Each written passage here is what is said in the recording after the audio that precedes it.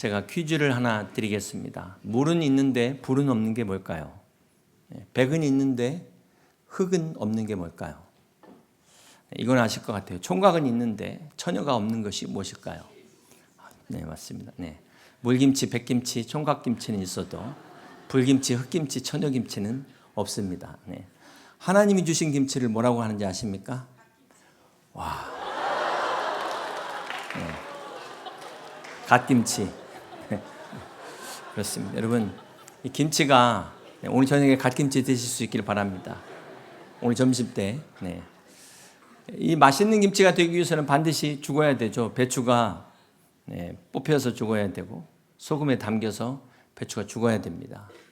배추가 살아서 밭으로 가면 맛있는 김치가 될 수 없습니다. 양념에 버무려질 때도 죽어야 맛있는 김치가 되듯이 행복한 가정이 되기 위해서는, 행복한 맛을 내기 위해서는 죽어야 됩니다. 옛날에 지금보다 어려운 시기에 우리 가정이 행복했던 그 시절, 그 이유가 무엇일까요? 바로 우리 어머니들이 나 죽었다 하고 사셨기 때문에 가정에 행복이 있는 줄 믿습니다. 부모님들의 그 희생적인 사랑과 그 은혜가 있었기에 가정에 행복이 있었다라는 것을 우리는 잊지 말아야 될 것입니다. 지난주에 미국 달라스에서 총기 사고로 한인 가족 3명이 사망하는 안타까운 일들이 있었습니다. 보니까 미국에서 이민 변호사로, 아내는 치과 의사로 아메리칸 드림을 이루었는데 정말 안타까운 일을 당했습니다. 그나마 그 아이 한 명이 살게 된 그 배경을 들어보니까 엄마가 얼굴에 총을 맞았다고 해요.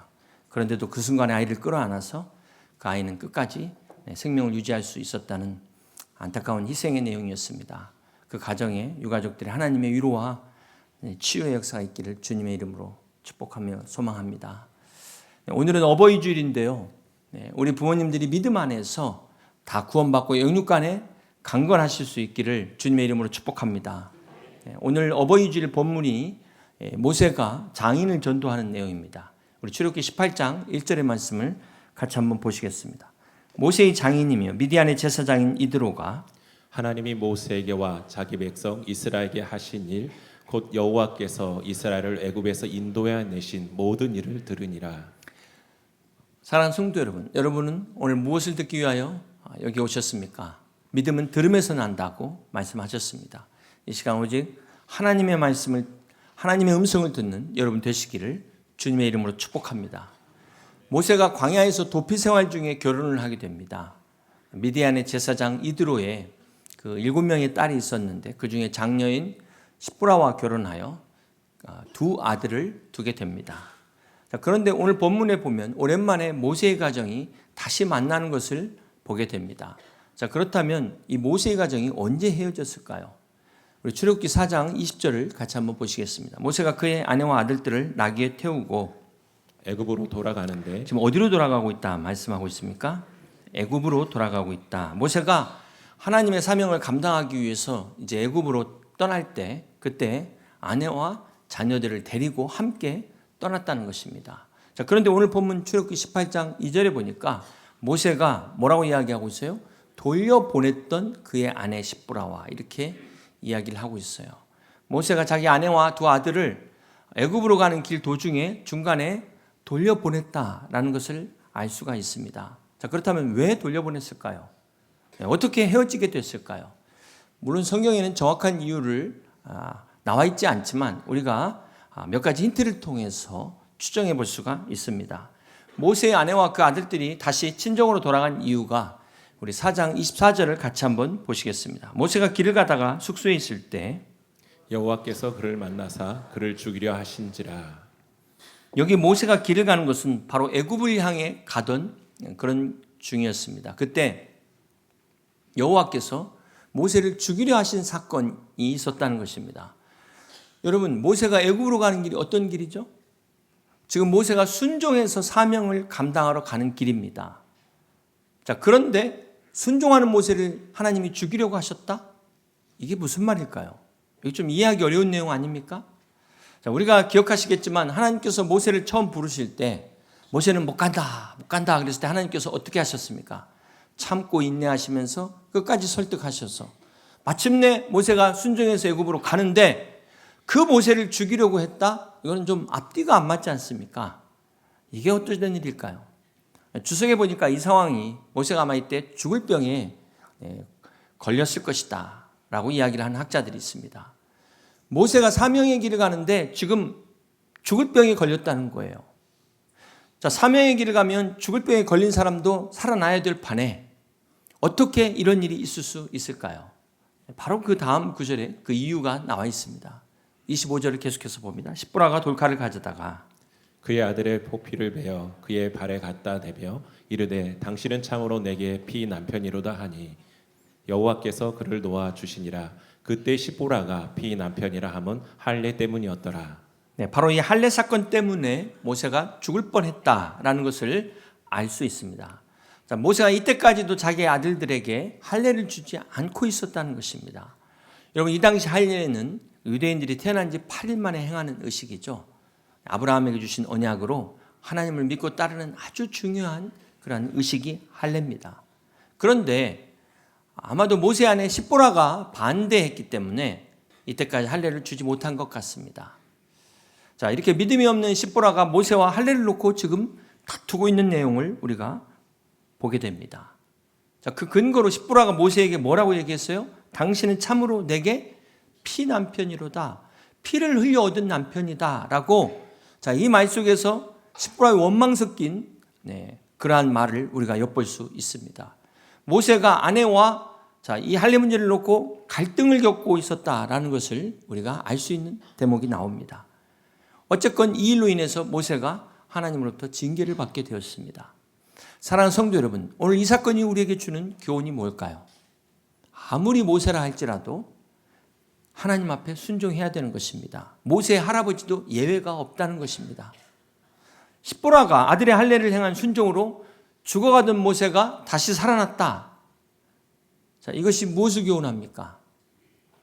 앞으로 이 모세가 하는 출애굽의 모든 사역은 모세 네가 하는 게 아니고 모세 너의 순종을 통해서 하나님이 하신다라는 것을 다시 한번 보여주신 사건이라는 것입니다. 또 하나, 이 모세의 가정이 주는 교훈이 무엇일까요?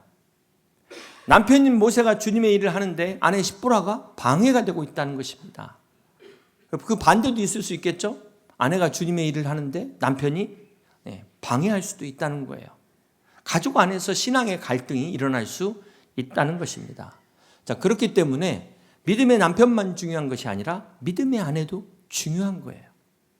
믿음의 아내만 중요한 것이 아니라 믿음의 남편 서로가 함께 같이 신앙생활하는, 그래야만이 진정한 행복한 가정이 될 수 있음을 믿으시기를 바랍니다. 바라기는 여러분의 모든 가정이 다 믿음의 가정으로 하나님 앞에 축복받으시기를 주님의 이름으로 축원합니다. 출애굽기 18장 2절을 보시면 모세의 장인 이드로가 모세가 돌려보냈던 그의 아내 십보라와 그의 두 아들을 데리고 왔으니 그 하나의 이름은 게르솜이라. 이는 모세가 이르기를 내가 이방에서 나그네가 되었다 함이요 하나의 이름은 엘리에셀이라. 이는 내 아버지의 하나님이 나를 도우사 바로의 칼에서 구원하셨다 함이더라. 모세가 결혼을 하여 첫째 아들을 낳고 그 이름을 뭐라고요? 이불솜이 아니라 게르솜. 그래서 내가 이방에서 나그네가 됐다 이렇게 이름을 지었어요. 둘째 아들은 엘리에셀. 하나님이 나를 도우사 바로의 칼에서 구원하셨다. 그래서 두 아들의 이름이 모세의 삶을 대변하고 있습니다. 모세의 신앙 고백으로 간증이 되고 있어요. 모세의 첫 아들의 이름이 내가 이방에서 객이 됐다는 것이죠. 여기서 모세의 어떤 심적 상태를 엿볼 수 있을까요? 지금 이방에서 떠돌이가 된 그 모세의 그 방황하는 자기의 신세를 한탄하는 마음을 엿볼 수가 있습니다. 이렇게 이방에서 떠돌이로 생활하다가 신앙이 없는 미디안의 한 제사장의 가정에 장가를 갔으니 얼마나 갈등이 컸겠습니까? 아무리 아내를 사랑해도 그 믿음이 없는 아내가 이 모세를 이해한다는 게 결코 쉽지 않았을 것입니다. 그래서 결국은 아내도 아들도 다 되돌려 보낼 수밖에 없었다. 그래서 친정으로 되돌아갔다는 거예요. 그럼 모세 입장에서도 지금 애굽으로 가는 게 관광하러 가는 게 아니잖아요. 애굽의 파라오 왕하고 싸우러 가는 겁니다. 그런데 가족을 같이 데려간다는 것이 부담이 됐을 것입니다. 근데 보면 우리가 출애굽 역사를 보셔서 알지만 바로뿐만 아니라 무리 없게 되니까 이스라엘 백성조차 모세를 원망해서 돌로 치려고 했어요. 이때 모세의 가족들이 얼마나 어려움을 많이 당할 수 있었겠습니까? 자, 그런 걸 생각해 볼 때 되돌아간 게 결과적으로는 낫지 않았을까라는 생각도 해보게 됩니다. 자, 그러다가 마침내 이제 바로의 손에서 완전히 벗어나게 되고 시내산을 앞둔 이 지점에 모세의 가족들이 드디어 재회를 하게 됩니다. 다시 만나게 되는데요. 오늘 본문에 보면 모세의 장인 이드로가 모세의 아내와 외손자를 데리고 모세를 찾아온 것입니다. 여러분, 오랜만에 이렇게 가족들이 만나면 어떻죠? 얼마나 기쁘겠습니까? 공항에서 오랜만에 우리 가족을 기다릴 때 그 설레이는 마음. 그런데 오늘 모세의 가족은 참 그러지 못한 것 같습니다. 가족이 오랜만에 만나면 제일 먼저 막 아내가 뛰어와서 막 목에다 허그를 하고 키스를 하고 자녀들이 아빠 하고 막 뛰어와야 되는데, 자, 오늘 모세의 경우 어떤지 한번 우리 같이 한번 살펴보길 원합니다. 5절과 6절입니다. 모세의 장인 이드로가 모세의 아들들과 그의 아내와 더불어 광야에 들어와 모세에게 이르니 곧 모세가 하나님의 산에 지친 곳이라. 그가 모세에게 말을 전하되 내 장인 나 이드로가 내 아내와 그와 함께한 그의 두 아들과 더불어 내게 왔노라. 자, 여기 보면 장인이 먼저 와서 아내와 두 아들 데리고 왔다라고 이야기를 하고 있습니다. 이렇게 모처럼 만난 가족이 인사하는 장면에서 상당히 어색한 장면을 보이게 돼요. 이 장면에 왜 장인이 먼저 나와서 이야기할까요? 모세의 가족 관계가 그렇게 그렇게 사랑스러운 그런 관계가 아니었지 않나. 자, 여기서 우리가 또 한 가지 생각해 볼 게 있습니다. 모세의 형 아론, 제사장이 되었죠. 그 아론의 아들들은 어떻게 됩니까? 아버지의 뒤를 이어서 그 자손이 계속해서 대제사장의 가문으로 남습니다. 그러면 모세의 아들들은 어떻게 됐을까요? 모세의 아들들 흔적이 없어요. 오늘 본문 이후로 모세의 아들들은 성경의 기록이 없습니다. 아론도 쓰임받았는데 그렇다면 모세의 아들이야말로 더 잘 쓰임받아야 되지 않겠습니까? 왜 모세의 아들들은 쓰임받지 못했을까요? 아버지 모세가 너무나 유명해서 아들이 그 아버지의 따라가기가 너무 버거웠던 것인가? 당시 고대 근동에는 이 결혼할 때 반드시 지참금이라는 걸 갖다 줘야 되는 풍습이 있었습니다. 이건 이스라엘뿐만 아니라 고대 근동의 풍습입니다. 그래서 여러분 잘 아시는 것처럼 야곱이 외삼촌 라반의 집에 도망갔을 때 그 사랑하는 딸 라헬을 얻기 위해서 몇 년을 봉사하죠? 7년을 봉사해요. 근데 삼촌이 속이는 바람에 14년을 봉사해서 결혼 지참금으로 그렇게 해서 결혼을 하게 된 겁니다. 자, 그런데 모세도 결혼을 했잖아요. 근데 모세는 광야에서 사실은 빈손이에요. 그리고 미디안 제사장의 딸과 결혼을 했으니 자, 사실상 모세가 처가집에 얹혀 사는 겁니다. 어떤 대우를 받았을까요? 거기서 무슨 말을 모세가 제대로 할 수 있었겠습니까? 자, 그렇지만 이 모세가 신앙을 어떻게 갖게 됐죠? 여러분 잘 아시는 것처럼 모세의 어머니 요게벳이 친모가 유모가 되어가지고 어려서부터 신앙교육을 잘 시켜서 모세가 이렇게 위대한 하나님의 지도자가 됩니다. 지난번에 말씀드린 거 기억나십니까? 모세의 어머니 그 요게벳, 믿음의 어머니를 통해서 그 가문에 모세뿐만 아니라 형 아론 제사장의 가문이 나오고 누이 미리암 선지자가 나옵니다. 자, 그런데 지금 모세는 하루 종일 광야에서 장인의 그 양떼를 돌보면서 양친이라고 바쁘죠. 저녁에 들어올 때는 애들 얼굴 보일 수도 없었을지도 모르겠어요. 자, 지도자가 된 이후에는 애굽으로 가서 민족을 구원한다고 가족과 떨어져서 지내느라 자녀들이 아빠 얼굴을 보지를 못하는 거예요. 자, 그러면 어떻게 해야 되죠? 엄마라도 신앙교육을 시켜야 되는데 아내 십보라는 이방인이었습니다. 그래서 지금 보면 유대인들 하면은 이 할례 누구나도 다 순종해야 될 이 할례를 가지고 지금 모세와 말다툼하고 있다는 이 한 가지 사실만 봐도 십보라가 어떤 사람이라는 것을 얼마나 믿음이 없는 사람이라는 것을 대번에 알 수 있는 것이죠. 그래서 모세의 두 아들의 이름은 오늘 성경에 나온 이후로 더 이상 기록에서 나오지를 않습니다. 끝나버렸어요. 무슨 말입니까? 오늘 우리 아버지 모세야.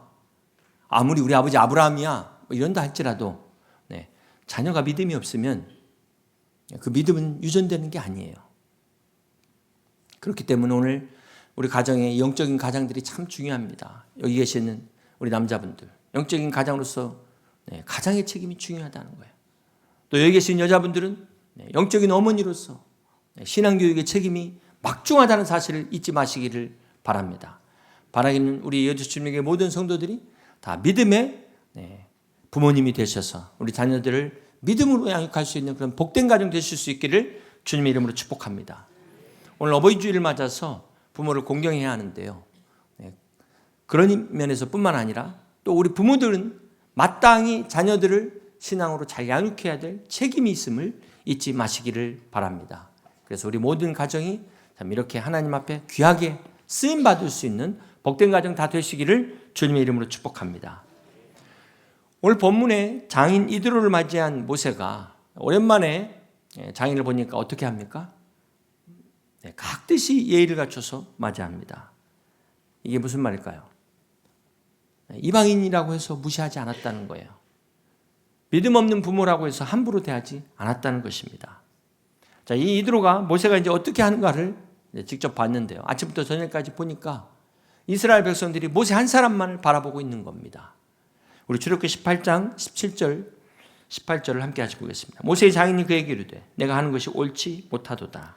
너와 또 너와 함께한 이 백성이 필경 기력이 쇠하리니 이 일이 내게 너무 중함이라 내가 혼자 할 수 없으리라. 자, 이스라엘 백성들이 출애굽한 지 얼마 되지 않아서 사실상 무슨 뭐가 제대로 됐겠습니까? 다 참 여러 가지 부족한 상황들이 많았겠죠. 그래서 전부 모세만을 바라보고 모세만 의지하는 겁니다. 근데 아무리 모세라고 해도 그도 인간이잖아요. 완전히 번아웃되기 지금 일보 직전에 지금 백성들도 얼마나 힘든 상황이겠습니까? 자, 이때 이드로가 기가 막힌 제안을 하게 됩니다. 24절, 26절까지 함께 같이 보겠습니다. 이에 모세가 자기 장인의 말을 듣고 그 모든 말대로 하여 모세가 이스라엘 무리 중에서 능력 있는 사람들을 택하여 그들을 백성의 우두머리 곧 천부장과 백부장과 50부장과 10부장을 삼음해 그들이 때를 따라 백성을 재판하되 어려운 일은 모세에게 가져오고 모든 작은 일은 스스로 재판하더라. 네, 장인 이드로가 모세에게 10부장, 50부장, 100부장, 1000부장을 세우라고 제안을 합니다. 여러분 경영학에서 조직론을 공부할 때 바로 이 원조가 이드로예요. 이드로가 지금 이 위임과 분담의 원리를 말하고 있는 것입니다. 여러분 로마가 세계를 지배하게 된 이유가 뭘까요? 로마 군대의 조직력이죠. 징기스칸이 가장 넓은 땅을 정복할 수 있었던 것이 바로 이 조직의 힘 때문이었다는 것입니다. 이 원조가 이드로에서 와요. 교회도 마찬가지입니다. 초대교회 사도들이 막 사역이 너무 많아서 힘들 때 어떻게 합니까? 7집사를 세워서 위임하고 분담하는 일을 하게 됩니다. 자, 그런데 이드로가 지금 이 세우는 기준을 이야기하고 있죠. 우리 한번 같이 21절을 봅니다. 너는 또 온 백성 가운데 능력 있는 사람들 곧 하나님을 두려워하며 진실하며 불의한 이익을 미워하는 자를 살펴서 백성 위에 세워 천부장과 백부장과 50부장과 10부장을 삼아. 여기 보시면 세 가지 조건이 뭐죠? 첫 번째, 하나님을 두려워하는 사람을 세우라는 것입니다. 두 번째는 진실한 사람을 세우라는 것입니다. 조금 전에 읽은 내용입니다. 세 번째는 불의한 이익을 미워하는 자를 세우라는 것입니다. 첫 번째 기준이 뭐라고요? 네, 우리가 사람이 속이려고 작정하면 그 사실은 그 다 막을 수가 없습니다. 그래서 믿는 도끼에 발등찍힌다는 말이 왜 나왔겠어요? 전 국민을 다 속여도 하나님은 속일 수가 없습니다. 그렇습니다. 여러분, 우리가 나라의 지도자를 위해서 기도할 때 항상 위정자들이 하나님을 두려워하게 하여 주시옵시고 이렇게 기도하는 이유가 있습니다. 네, 하나님은 속일 수 없기 때문에 그렇습니다. 사랑하는 성도 여러분, 정말 우리 사회가 바르게 되길 원한다면 어떤 사람들이 세워져야 될까요? 바로 우리 사회 곳곳에 하나님을 두려워할 줄 아는 사람들이 세워져야 되는 것입니다. 그럴 때 사회가 바르게 될 수 있고 우리 교회 또한 마찬가지예요. 자, 이런 기가 막힌 제안을 바로 모세의 장인 이드로가 한 것입니다. 자, 그렇다면 이 미디안의 제사장이었던 이드로가 어떻게 변화됐을까요? 언제 변화됐을까요? 어떻게 믿게 됐을까요? 우리 8절을 보십니다. 모세가 여호와께서 이스라엘을 위하여 바로와 애굽 사람이 행하신 모든 일과 길에서 그들이 당한 모든 고난과 여호와께서 그들을 구원하신 일을 다 그 장인에게 말하매. 모세가 장인을 본 순간 그 자리에서 전도합니다. 하나님께서 지금까지 자기와 이스라엘 백성들을 어떻게 인도하셨는지를 다 설명한 거예요. 출애굽의 10가지 재앙을 통해서 하나님이 어떻게 구원하셨는지, 어떻게 홍해를 건넜는지, 어떻게 마라의 쓴물이 달게 되었는지, 어떻게 아말렉족과의 전쟁에서 르비딤 전투에서 승리했는지를 다 모세가 간증한 겁니다. 전도했다는 거예요. 이드로가 이 모세가 전한 이 말씀을 듣고 어떤 반응을 보였습니까? 우리 9절과 10절 계속해서 봅니다. 이드로가 여호와께서 이스라엘에게 큰 은혜를 베푸사 애굽 사람의 손에서 구원하심을 기뻐하여 이드로가 이르되 여호와를 찬송하리로다. 너희를 애굽 사람의 손에서와 바로의 손에서 건져내시고 백성을 애굽 사람의 손 아래에서 건지셨도다. 이제 내가 알았도다. 여호와는 모든 신보다 크심으로 이스라엘에게 교만하게 행하는 그들을 이기셨도다. 할렐루야. 그렇습니다. 여러분, 이 이드로는 미디안의 제사장이라고 했습니다. 하나님을 믿는 종족이 아니에요. 신의 반도를 거점으로 유목 생활을 하던 그 종족의 한 종족이 이 미디안족의 제사장이었어요. 족장이었습니다. 그럼에도 불구하고 이 이드로가 모세를 통해 하나님이 행하신 말씀을 듣고 이제 내가 알았도다. 이제 깨달았다는 거예요. 하나님만이 모든 신 중에 진정한 신인, 유일한 신이라는 것을 지금 고백하고 찬양하고 있는 내용인 것입니다. 사랑하는 성도 여러분, 이 당시 이방의 제사장들은 다신주의자였죠. 여러 신들을 믿는 사람들이었는데 오늘 모세의 이 말씀을 듣고 이 전도를 통해서 하나님만이 진정한 신이라는 것을 믿게 됩니다. 이 이드로가 하나님의 구원을 깨닫고 하나님만이 참 하나님이신 것을 고백한 것처럼 오늘 저와 여러분들도 하나님만이 살아계신 유일하신 전능하신 우리 하나님이신 것을 구원의 하나님이신 것을 여러분 믿음으로 나아가는 여러분 다 되시기를 주님의 이름으로 축복합니다. 이 이드로가 주는 교훈이 무엇일까요? 오늘 본문에서 이드로가 주는 교훈은 바로 믿음은 들음에서 난다는 것입니다. 우리가 가족의 구원을 위해서 기도하지만 어떻게 해야 돼요? 우리 사랑하는 가족들이 복음을 들을 기회를 갖게 해야 돼요. 여러분 한번 생각해 보십시오. 지금까지 이스라엘 백성들은 하나님의 역사를 봤어요. 직접 경험했습니다. 그럼에도 불구하고 물이 없다고 하나님을 원망하고 불신했습니다. 그런데 지금 이드로는 이 하나님의 역사를 자기가 직접 본 게 아니에요. 자기가 직접 경험한 게 아닙니다. 간접적으로 모세를 통해서 들었는데 하나님을 믿는 거예요. 무슨 말입니까? 우리가 꼭 봐야만 믿는 게 아니에요. 꼭 만져야만 믿는 것이 아니라는 것입니다.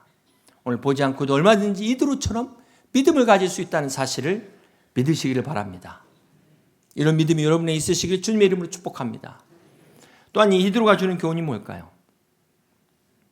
정작 믿음의 과정에서는 자녀들이 안 믿고 있어요. 먼저 된 자가 나중되고 나중된 자가 먼저 된다는 것입니다. 그러므로 사랑하는 성도 여러분, 보지 않고 믿는 자가 복되도다. 우리 주님이 말씀하셨습니다. 오늘 여러분의 가정에 이드로와 같은 이런 구원의 역사가 하나님을 정말 깨닫고 예수 그리스도를 구주로 믿어 변화되는 이런 놀라운 역사가 있으시기를 주님의 이름으로 축복합니다. 오늘 말씀을 정리하면요, 오늘 과연 우리의 가족은 어떤가? 이 복음의 은혜를, 주님의 사랑을, 축복을 누리고 있는가? 사랑하는 성도 여러분, 여러분의 가정은 안녕하십니까? 아니면 안녕하지 못하십니까? 혹 우리 가족 중에 무엇을 먹을까? 무엇을 입을까? 이 이방인의 염려로 살고 있는 사람은 있지 않습니까? 하나님의 구원의 은혜에서 소외된 사람 있지 않습니까? 여러분, 가정과 하숙집의 차이가 뭘까요? 제가 대학 다닐 때 신림동에서 하숙을 한 적이 있습니다. 제가 하숙집에서 식사 때마다 기도하면서 깨달은 게 있어요. 반찬이 그날 고등어집이 나왔는데 기도하고 눈 떠보니까 고등어가 다 없어졌더라고요. 그래서 식사 기도는 절대 길게 하면 안 된다. 눈 뜨고 기도해야 된다. 제가 그 하숙집 그 주인 아주머니께서 가정 예배를 인도해 달라고 해가지고 같이 따님이 셋인데 이제 예배를 인도했습니다. 일주일에 한 번씩 예배를 인도했습니다. 근데 그 하숙집에 그 룰이 있었어요. 저녁 10시 이후에 오면 저녁밥 없는 거. 네. 근데 이제 제가 어쩌다 저녁 10시 넘으면 그래도 저는 밥을 주겠지 기대를 했어요. 알짜리 없더라고. 저희 어머니 같으면 새벽 1시에도 밥을 주시는데, 네. 여러분, 하숙집은 어머니하고 다르다. 네. 집에서 잠만 자고 밥만 먹고 대화가 없으면 그 하숙집이에요. 네. 우리 사랑하는 자녀들이 정말 신앙생활 어떻게 하는지 전혀 관심이 없으면 그게 하숙집하고 뭐가 다릅니까? 오늘 우리 가정의 부모님들이 안녕하신지, 영적으로 평안하신지, 우리 자녀들이 잘 신앙생활하고 있는지를 돌아볼 수 있는 그런 복된 가정 될 수 있기를 주님의 이름으로 축복합니다. 사랑하는 성도 여러분, 아직도 가족 중에 예수님의 사랑과 복음의 은혜를 알지 못하는 사람들이 있다면 모세처럼 담대하게 지금까지 하나님이 나를 통해 역사하신 것들을 전할 수 있는, 간증할 수 있는 여러분 되시길 주님의 이름으로 축복합니다.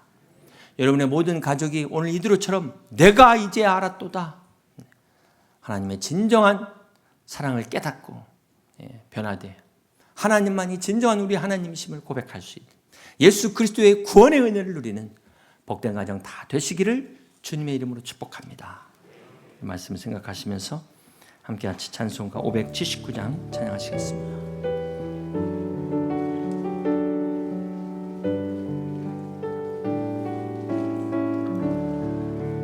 어머니의 넓은 사랑, 어머니의 넓은 사랑,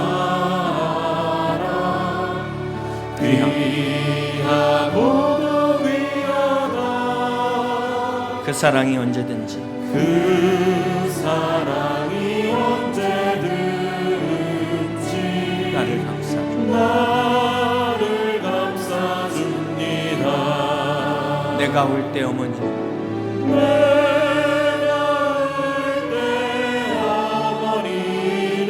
주께 기도드리고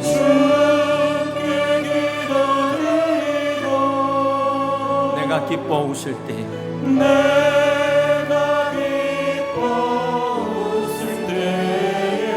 찬송 부르십니다. 아침 저녁 읽으시다 아침 저녁 읽으시다. 어머니의 성경책, 어머니의 성경책, 손때 남은 구절마다 손때 남은 구절마다 모습 본 듯한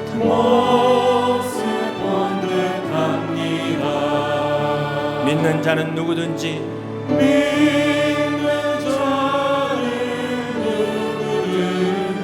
영생함을 얻으리.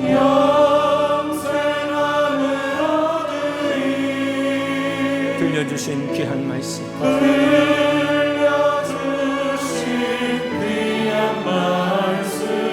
이제 힘이 됩니다.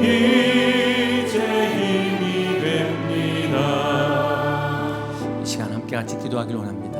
사랑하는 성도 여러분, 오늘 여러분의 가정이 예수 그리스도의 구원의 은혜를 다 누리는 복된 가정이 되시기를 주님의 이름으로 축복합니다. 그러기 위해서 먼저 내가 이드로처럼 이제야 내가 알았도다, 이제야 내가 깨달았도다, 하나님만이 진정한 하나님이심을 믿고 그렇게 깨닫고 고백할 수 있는 그런 여러분 되실 수 있기를 주님의 이름으로 축복합니다.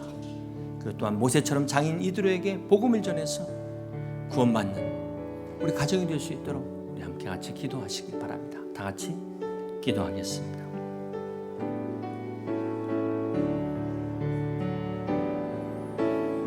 홀로 누워 괴로울 때 헤매다가 지칠 때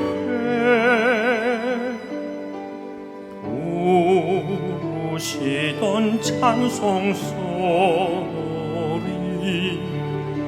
귀에 살아옵니다.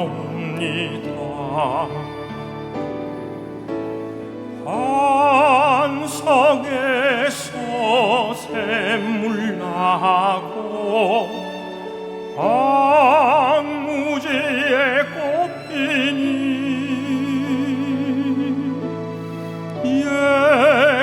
예수님과 동행하면 두려울 것 없어라.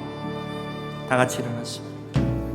온유하고 겸손한